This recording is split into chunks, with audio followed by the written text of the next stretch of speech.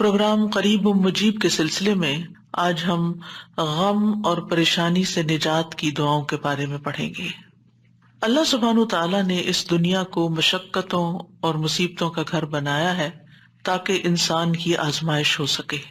اللہ تعالیٰ نے انسان کی تخلیق کی حقیقت بیان کرتے ہوئے فرمایا، لقد خلقنا الانسان فی کبد، بلا شبہ یقیناً ہم نے انسان کو بڑی مشقت میں پیدا کیا ہے، اور اس مشقت سے مراد وہ سختیاں اور مشقتیں ہیں جو انسان اس دنیا میں برداشت کرتا ہے، اور وہ مشقتیں بھی جو برزخ میں ہوگی، قبر میں ہوگی، اور وہ جو قیامت کے دن اس کو برداشت کرنا ہوگی۔ یعنی انسان کی زندگی کا سفر مشقتوں کا سفر ہے، اور اس ریالٹی کو ایکسپٹ کر لینا چاہیے۔ ہاں، اگر کوئی اللہ تعالیٰ کی اطاعت اور فرما برداری میں یہ زندگی بسر کرتا ہے اور ان تکلیفوں پر ناراض نہیں ہوتا، ان آزمائشوں میں کامیاب ہو جاتا ہے، تو انشاءاللہ موت کے ساتھ ہی اس کی راحتوں بھری زندگی شروع ہو جائے گی اور آئندہ کے لیے اس کی مشقتیں ختم ہو جائیں گی۔ مشقتوں سے پاک، مصیبتوں اور تکلیفوں اور آزمائشوں سے پاک جگہ تو صرف جنت ہی ہے، اور دنیا جنت ہو نہیں سکتی، چاہے انسان اس کو جتنا بھی جنت بنانے کی کوشش میں لگا رہے۔ تو اس دنیا میں رہتے ہوئے اس حقیقت کو جان لینا چاہیے کہ یہاں امتحان ہوں گے، تکلیفیں ہوں گی، آزمائشیں ہوں گی، غم ہوں گے۔ ضرورت اس بات کی ہے کہ ہمیں طریقہ آتا ہو کہ ان غموں، مشکلات، تکلیفوں سے نبٹنا کیسے ہے، یعنی اس کے لیے اپنے آپ کو تیار کرنا ہے، ورنہ لقد خلقنا الانسان فی کبد۔ ابن عباس کہتے ہیں کبد سے مراد اس کا پیٹ میں حمل کی صورت میں رہنا، اس کا دودھ پینا، اس کا دودھ چھڑانا، دانتوں کا اگنا، اس کی زندگی کے بچپن کے مراحل اور اس کی گزران، اس کی موت، یہ سب کچھ بہت سخت اور شدید ہوتا ہے۔ یعنی حمل سے لے کے پیدائش کا مرحلہ اور پھر دودھ پینا اور چھڑانا اور دانتوں کا آنا اور ٹیدنگ پیریڈ، سارے ہی مراحل کے اپنے مسائل ہوتے ہیں۔ ان سب میں انسان کو کسی نہ کسی تکلیف سے گزرنا پڑتا ہے۔ قتادہ کہتے ہیں کہ وہ دنیا اور آخرت دونوں کی مصیبتیں جھیلتا ہے تو آپ اس کو مشقت میں پڑا ہوا ہی پائیں گے، یعنی انسان ہے ہی مشقت میں۔ ابن الجوزی کہتے ہیں دنیا آزمائشوں اور مصیبتوں کے لیے بنائی گئی، سمجھدار شخص کو چاہیے کہ اپنے نفس کو صبر پر آمادہ کرے۔ یعنی یہاں یہ سب کچھ تو ہوگا ہی، تکلیفیں تو آئیں گی، لیکن ضرورت کس چیز کی ہے کہ ہم اپنے آپ کو سمجھائیں کہ یہ دنیا مشکل جگہ ہے، یہاں صبر کرنا ضروری ہے۔ دنیا مومن کے لیے قید خانہ ہے۔ رسول اللہ صلی اللہ علیہ وسلم نے فرمایا، الدنیا سجن المؤمن و جنت الکافری، دنیا مومن کے لیے قید خانہ ہے اور کافر کے لیے جنت ہے۔ تو اس کا کیا مطلب ہے کہ کیا کافر کو کوئی مشقت نہیں ہوتی اس دنیا میں؟ ہوتی ہے، لیکن مراد اس سے یہ ہے کہ آخرت کی تکلیفوں کے مقابلے میں دنیا میں جو بھی اس کو ملا ہے وہ اس کے لیے جنت ہی ہے، کیونکہ اس کے لیے آخرت میں جنت نہیں ہے۔ اور آخرت مومن کے لیے خوشحالی کا گھر ہے۔ جب مومن وہاں پہنچے گا تو پکار اٹھے گا، وقال الحمد للہ الذی اذهب عنا الحزن ان ربنا لغفور شکور الذی احلنا دار المقامۃ من فضله لا يمسنا فيها نصب ولا يمسنا فيها لغوب۔ اور وہ کہیں گے کہ اس اللہ کا شکر ہے جس نے ہم سے غم کو دور کر دیا، یعنی جنت میں جا کر انسان واقعی غم سے دور ہو جائے گا۔ یقیناً ہمارا رب بخشنے والا قدردان ہے، جس نے اپنے فضل سے ہمیں ابدی قیام گاہ میں لا اتارا، جہاں ہمیں نہ مشقت اٹھانی پڑتی ہے اور نہ کوئی تھکاوٹ لاحق ہوتی ہے، یعنی نہ ہی کوئی کام مشکل ہے اور نہ ہی ہم تھکتے ہیں، آرام ہی آرام ہے، سکون ہی سکون ہے۔ لیکن اس سکون کو پانے کے لیے اس دنیا میں تھکنا شرط ہے۔ اپنے آپ کو اللہ کی عبادت میں، بندوں کی خدمت میں تھکانا لازم ہے۔ دنیا جتنی بھی تکلیف دہ ہو، لیکن انسان جب جنت میں پہنچے گا تو جنت کا ایک چکر دنیا کی ساری فکروں کو ختم کر دے گا۔ نبی صلی اللہ علیہ وسلم نے فرمایا، قیامت کے دن اہل جنت میں سے اس آدمی کو پیش کیا جائے گا جسے دنیا میں لوگوں میں سے سب سے زیادہ تکلیفیں آئی ہوں گی، پھر اسے جنت میں صرف ایک غوطہ دے کر، یعنی ایک چکر لگوا کر پوچھا جائے گا، اے ابن آدم، کیا تو نے کبھی کوئی تکلیف بھی دیکھی؟ کیا تجھ پر کبھی کوئی سختی بھی گزری؟ وہ عرض کرے گا، اے میرے رب، اللہ کی قسم کبھی نہیں، کوئی تکلیف نہیں دیکھی۔ ساری تکلیفیں بھول جائیں گی، کبھی کوئی تکلیف میرے پاس سے نہ گزری اور نہ ہی میں نے کبھی کوئی شدت و سختی دیکھی. یعنی ایسی ٹھنڈک، ایسا آرام، ایسا سکون، ایسا لطف آئے گا کہ اس کے حافظے سے بھی نکل جائے گا کہ کبھی اس نے کوئی دکھ دیکھا تھا. تو آج ہم اس سلسلے میں رنج و غم کو دور کرنے والی سب سے بڑی دعا آیت کریمہ کے بارے میں پہلے پڑھیں گے. ارشاد باری تعالیٰ ہے وَذَنُّونِ إِذْ ذَّهَبَ مُغَاضِبًا فَظَنَّ أَن لَّن نَّقْدِرَ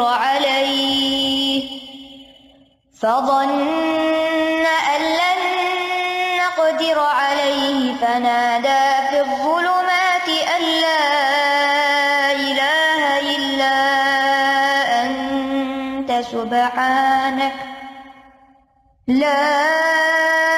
إِلَٰهَ إِلَّا أَنتَ سُبْحَانَكَ إِنِّي كُنتُ مِنَ الظَّالِمِينَ. فَاسْتَجَبْنَا لَهُ وَنَجَّيْنَاهُ مِنَ الْغَمِّ وَكَذَٰلِكَ نُنجِي الْمُؤْمِنِينَ.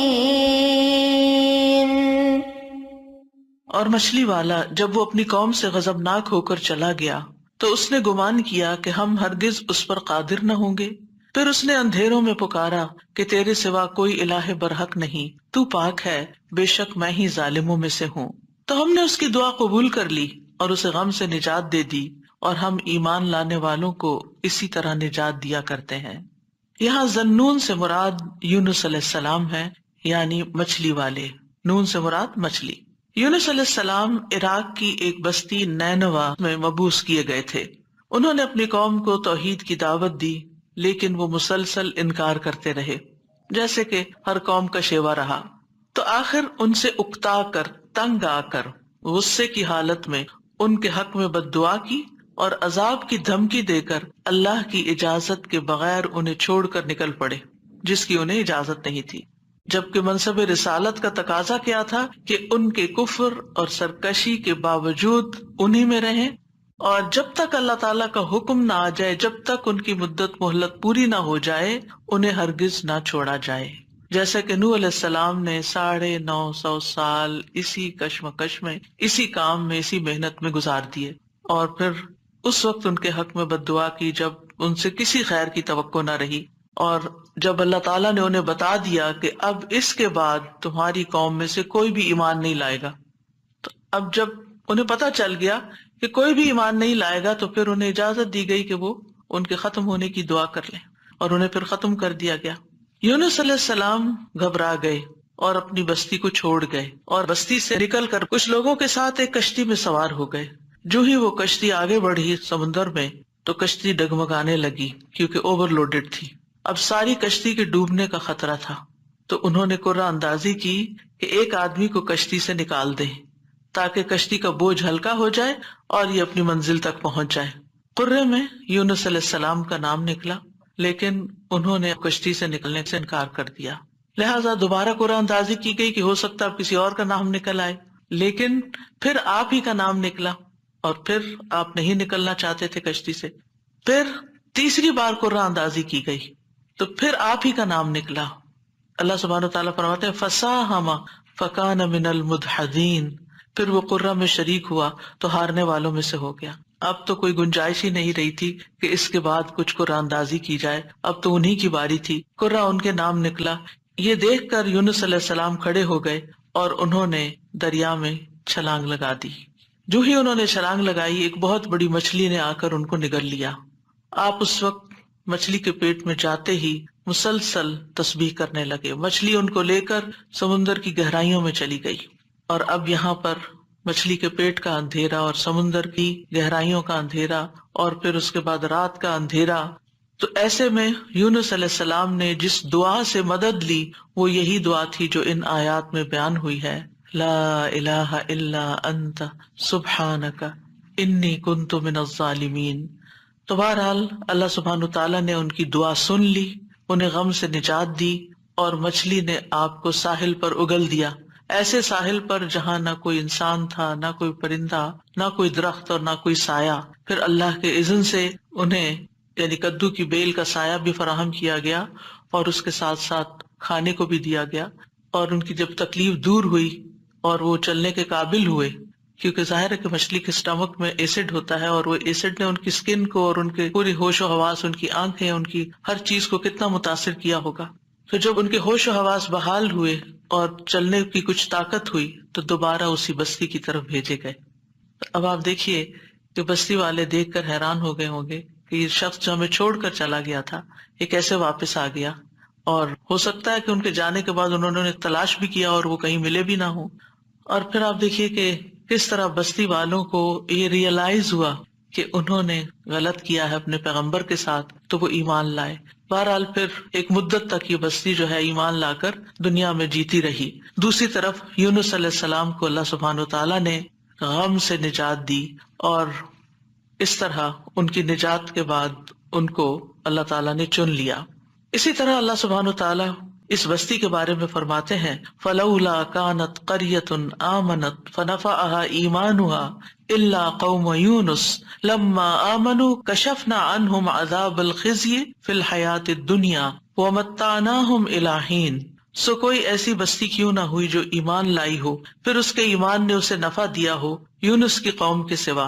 جب وہ ایمان لے آئے تو ہم نے ان کی ذلت کا عذاب دنیا کی زندگی میں ان سے ہٹا دیا اور انہیں ایک وقت تک سامان دیا۔ کہا جاتا ہے کہ یونس علیہ السلام جب قوم کو چھوڑ کر گئے تھے اور ان لوگوں کو یہ بات سمجھ آ گئی کہ وہ نبی تھے اور وہ جھوٹ نہیں بولتے، تو وہ سب کے سب اپنے بچوں، چوپایوں، مویشیوں سب کو لے کر صحرا کی طرف نکل گئے اور ماں کو بچوں سے الگ کر دیا، اور اللہ سبحانہ وتعالیٰ کے حضور میں رو رو کر دعائیں کی، حتیٰ کہ ان کے اونٹ بلبلانے لگے اور بچے بھی رونے لگے اور گایوں کے بچے ڈکرانے لگے اور بھیڑ بکریاں اور سارے جانور بولنے لگے۔ یعنی ایک سما ہوگا اس توبہ استغفار کا کہ کس طرح انہوں نے فریادیں کی۔ تو آپ دیکھیے ادھر ان کا پیغمبر فریادیں کر رہا ہے اور ادھر ان کی قوم فریادیں کر رہی ہے اپنے سارے مال و متاع کے سمیت۔ تو اللہ سبحانہ وتعالیٰ نے کس طرح ان کی فریادیں سن لی۔ تو اس سے کیا پتا چلتا ہے کہ دعا مانگنے کا بھی ایک سلیقہ ہوتا ہے۔ بے روح دعائیں، بس صرف الفاظ کا دہرا دینا، کبھی چپ کر کے دل میں دہرا لینا،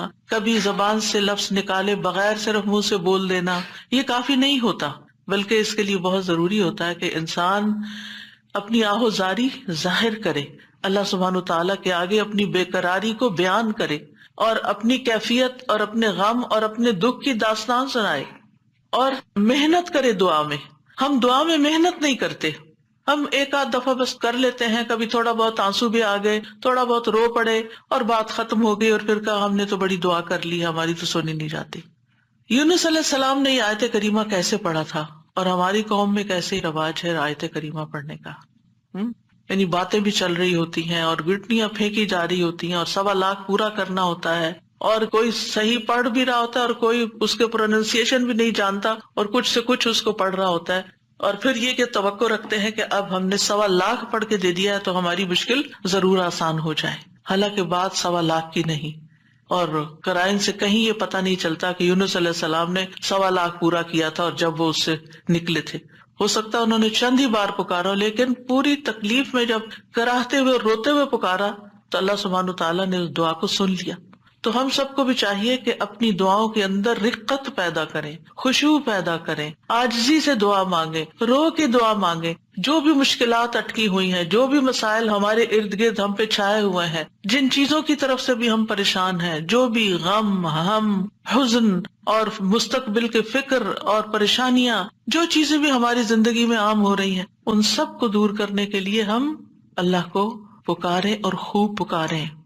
تو اللہ سبحانہ تعالیٰ نے یہاں ان کا نام نہیں لیا ان آیات میں، بلکہ ذنون کہا، مچھلی والا، کیونکہ نون مچھلی کو کہتے ہیں اور مچھلی نے انہیں نگل لیا تھا۔ وَذَنُّونِ إِذْ ذَهَبَ مُغَاضِبًا، یعنی غصے میں گئے تھے، ناراض ہو کے گئے تھے قوم سے۔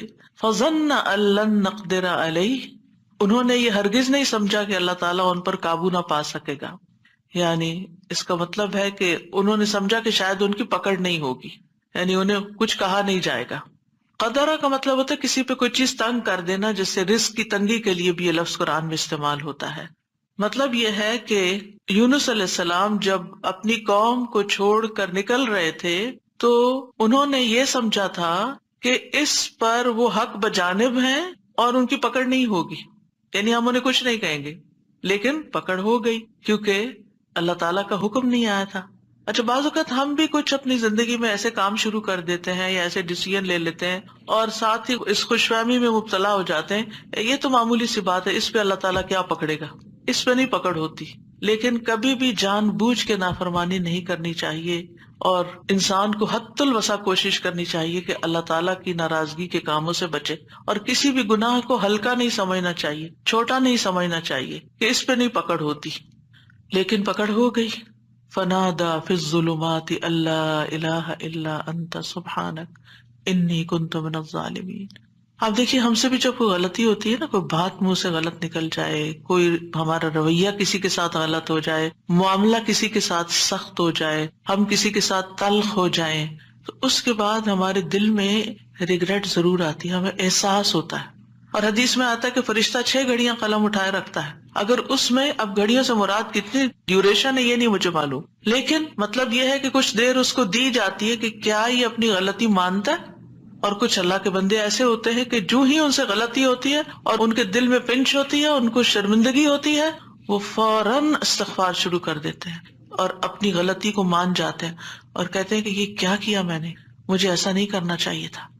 اور پھر کیا ہوتا ہے، اللہ تعالیٰ اپنی رحمت سے معاف کر دیتا ہے ایسے بندوں کو. تو یونس علیہ السلام سے بھی جو ہو گئی کمی، اس کے بعد انہیں احساس ہو گیا کہ ایسے ہی ان کا نام کرے میں نہیں نکلا.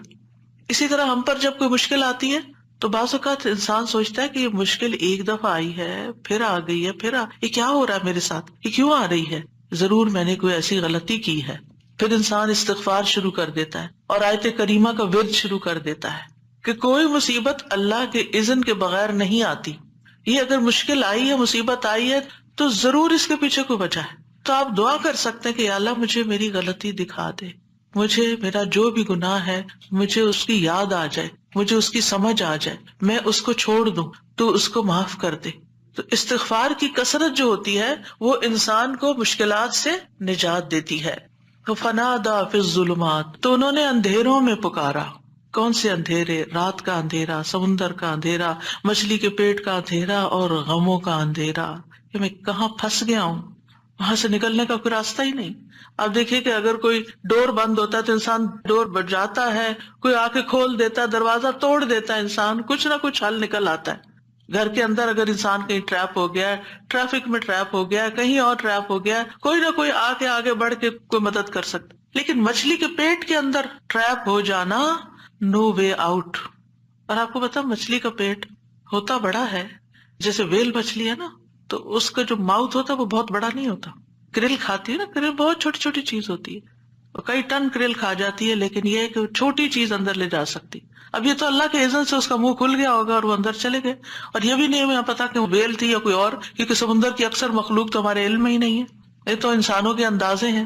تو بہرحال ان کے دل پہ جو غم تھا اور جو تکلیف تھی اس میں انہوں نے پکارا اور سب سے پہلے توحید کا اقرار کیا، لا الہ الا انت، کہ اس وقت مجھے پکا یقین ہے اور مجھے اس پر پورا اعتماد ہے کہ اس مشکل سے صرف تو نکال سکتا ہے، کوئی بھی نہیں. میری فریاد سننے والا کوئی نہیں، میری مدد کرنے والا کوئی نہیں، میرے کام آنے والا کوئی نہیں. تو آپ دیکھیے مشکلات کے حل کے لیے سب سے پہلی چیز توحید کا اقرار کرنا چاہیے. افسوس یہ کہ ہمارے ہی لوگ توحید کے اقرار کی بجائے مشکلات میں غیر اللہ کو پکارنے لگتے ہیں، یا علی مدد، یا فلاں مدد، قبر والوں کو پکارنے لگتے ہیں. کس قدر افسوس کی بات ہے. یونس علیہ السلام اپنے رب کو پکار رہے ہیں اور کہہ رہے ہیں کہ تیرے سوا کوئی الہ نہیں، لا الہ الا انت. اور انسان کی ناسمجھی دیکھیے کہ وہ مشکل وقت میں غیر اللہ کو پکارے، اس کی مشکل کہاں سے آسان ہو سکتی ہے. اور پھر اس کے بعد الا انت سبحانک، تو پاک ہے، یعنی اللہ تعالیٰ کی ذات کو ہر نقص، ہر عیب، ہر آفت سے منزہ اور پاک قرار دیا.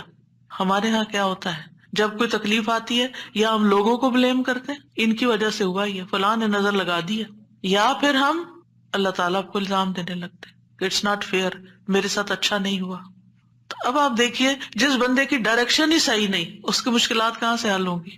اگر آپ اپنے قصور کا ذمہ دار دوسرے کو ٹھہرا رہے ہیں، الزام تراشی کر رہے ہیں، دوسرے کی عیب جوئی کر رہے ہیں، دوسرے کی شکایتیں کیے چلے جا رہے ہیں، کیونکہ عام طور پر ہوتا کیا، جب انسان کو کوئی پرابلم آتی ہے، میاں بیوی مثلاً کوئی لڑائی ہوئی، تو اگر آپ عورت کا کیس سنیں تو سارا الزام میاں کو دے گی، میاں کا کیس سنیں تو سارا الزام بیوی کو دے گا. تو ایک دوسرے کو الزام دینے سے مسائل کبھی حل نہیں ہوتے. ہمیشہ دنیاوی معاملات میں بھی کوئی رکاوٹ آئے تو دیکھنا چاہیے کہ میں نے کون سا ڈیسیژن غلط لیا تھا، میری غلطی کہاں تھی. یونس علیہ السلام اللہ کے چنے ہوئے نبی تھے، ان کو سمجھ آ گیا کہ غلطی میں نے کی ہے اور اس کا اعتراف انہوں نے کیا. یاد رکھیے، توبہ میں، استغفار میں سب سے پہلے اپنی غلطی کا اعتراف کرنا ہوتا ہے. اگر آپ بلیم گیم کھیلتے رہے، ایک دوسرے کے اوپر الزام تراشی کرتے رہے، ایک دوسرے پہ بال پھینکتے رہے، تو مسئلہ کبھی بھی حل نہیں ہو سکتا. مسئلے کو جاننا، مسئلے کو پہچاننا، مسئلے کا حل کرنا بہت ضروری ہوتا ہے. یہ ایسے ہی ہے کہ جیسے کوئی شخص بیمار ہو جائے اور ڈاکٹر اس کی اصل بیماری کو ڈائگنوز کرنے کی بجائے، مثلا خرابی پیٹ میں ہے اور وہ ٹریٹ کر رہا ہے لوکلی کسی جگہ کو، کہاں سے علاج ہوگا؟ اگر اصل کاز پتا چل جائے اور اس کاز کو ہٹا دیا جائے. مثلا آپ دیکھیں الرجی کے کیسز میں کیا ہوتا ہے، آپ جتنی چاہیں دوائیاں لگا لیں، جب تک آپ اس چیز کو اوائڈ نہیں کریں گے جس سے آپ الرجک ہیں، آپ کی بیماری دور ہو نہیں سکتی. اسی طرح اگر انسان کسی مصیبت میں پھنس گیا ہے اور اس کو ڈائگنوز نہیں کر پا رہا اور کرنا نہیں چاہتا، اور خاص طور پر جو چیز اس کے کنٹرول میں ہے اس کو ریموو نہیں کر رہا، تو مسئلہ حل نہیں ہو سکتا. تو اللہ سبحانہ تعالیٰ کے ہاں بھی دعا اور فریاد کا سلیقہ یہی ہے کہ انسان اپنے آپ کو قصوروار ٹھہرائے جہاں وہ قصوروار ہے، اور اگر قصوروار نہیں ہے، پکا یقین ہے سراسر آپ پہ ظلم ہوا ہے، پھر اللہ کی رحمت کو پکارے، یا حی یا قیوم برحمتک استغیث. ورنہ اپنی غلطیاں، اور کون انسان یہ کہہ سکتا ہے کہ وہ پاک باز ہے، اس سے کوئی غلطی نہیں ہوتی، قصور اس کا نہیں، کچھ نہ کچھ. ٹھیک ہے، ایک کا 10% اور ایک کا 90% قصور، لیکن کہیں نہ کہیں 10% تو ہوتا ہے نا، اس 10% کی ہی غلطی کی معافی مانگ لیں. تو اعتراف جو ہے، گناہوں کا اعتراف، وہ انسان کو دنیا کی مشکلات سے بھی اور آخرت کی مشکلات سے اور گناہوں سے نجات دلاتا ہے. اب جو ہی انہوں نے یہ بات کی، یعنی 3 چیزیں ہیں اس میں، ایک توحید کا اقرار ہے، ایک اللہ کی تسبیح ہے، اور ایک اپنی غلطی کا اقرار ہے. 2 چیزیں اللہ تعالیٰ کے حق میں اور ایک اپنے حق میں. نتیجہ کیا ہوا؟ فاستجبنا لہ، ہم نے دعا قبول کر لی. ایسے طریقے سے اس نے پکارا کہ دعا قبول ہو گئی. وَنَجَّيْنَاهُ مِنَ الْغَمِّ، ہم نے اس کو غم سے نجات دے دی. یہ قرآن کے الفاظ ہیں. لہٰذا جس کے دل پر کوئی بھی غم ہے، کسی بھی چیز کا، اولاد کی طرف سے، ازواج کی طرف سے، یا مال کی طرف سے، یا کسی بھی طرح کا کوئی غم، ہم، فکر، پریشانی، اس کو انہی کلمات کو لازم کر لینا چاہیے اور اسی جذبے کے ساتھ پڑھنا چاہیے جس جذبے کے ساتھ یونس علیہ السلام نے پڑھا تھا. وَنَجَّيْنَاهُ مِنَ الْغَمِّ، اس وقت وہ غم میں گھرے ہوئے تھے تو اللہ نے ان کو نجات دے دی. وَكَذَلِكَ نُنْجِي الْمُؤْمِنِينَ، یہ صرف ان کے لیے نہیں تھا، ہم اسی طرح سارے مومنوں کو نجات دیتے ہیں. جو بھی یہ دعا پڑھے گا اس کو غم سے نجات مل جائے گی. تو گویا مومنوں کو اس بات کی ترغیب دی جا رہی ہے، اس بات کا سلیقہ سکھایا جا رہا ہے کہ غم اور دکھ اور تکلیف کے موقع پر انہیں کیا پڑھنا ہے، کیا کہنا ہے. اور جب انسان یہ دیکھتا ہے کہ سابقہ مومنین کو اس دعا کی وجہ سے تکلیف سے نجات ہوئی، تو اس کا ایک یقین بڑھ جاتا ہے کہ اللہ تعالیٰ میری تکلیف بھی دور کر دے گا. اگر وہ رب یونس علیہ السلام کو مچھلی کے پیٹ سے نکال سکتا ہے تو میرا رب مجھے اس مشکل سے کیوں نہیں نکالے گا، کیوں نہیں نکال سکتا، وہ ضرور نکالے گا.